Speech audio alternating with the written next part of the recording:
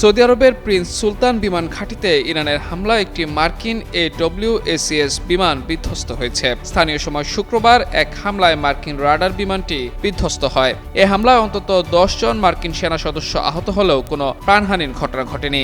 এদিকে রাডার বিমান ধ্বংসের ফলে দূর থেকে ইরানের হুমকি শনাক্ত করার মার্কিন সক্ষমতা। নন ইনভার্টার এসির দামে ঘরে আনুন বিদ্যুৎ সাশ্রয়ী ইনভার্টার এসি। এখন 1.5 টন মাই ওয়ান ইনভার্টার এসি মাত্র 48,900 টাকা পাওয়া যাচ্ছে মিনিস্টার শোরুমে। ক্ষতিগ্রস্ত হতে পারে বলে জানিয়েছেন বিশ্লেষকরা। মার্কিন সম্প্রচার মাধ্যম CNN এর বিশ্লেষণ করা ছবিতে দেখা গেছে ধ্বংস হওয়া বিমানটির লেজ ভেঙে গেছে এবং এর উপরে থাকা বিশেষ গোলাকার রাডারটি মাটিতে পড়ে আছে। আকাশপথের আগাম সতর্কতা ও নিয়ন্ত্রণ ব্যবস্থা AWACS এর অত্যন্ত গুরুত্বপূর্ণ অংশ এ রাডার। সাবেক মার্কিন কর্নেল সেড্রিক লেইটন বলেন, এ বিশেষ রাডার বিমান ধ্বংস হওয়া যুক্তরাষ্ট্রের নজরদারি সক্ষমতার জন্য একটি বড় আঘাত। এর ফলে মার্কিন যুদ্ধবিমান নিয়ন্ত্রণ করা এবং শত্রু বিমান বা ক্ষেপণাস্ত্রের হাত থেকে সেগুলো রক্ষা করা কঠিন হয়ে পড়তে পারে। এই রাডার বিমানগুলো দশকের পর দশক ধরে মার্কিন সামরিক বাহিনীর গুরুত্বপূর্ণ অংশ হিসেবে কাজ করছে।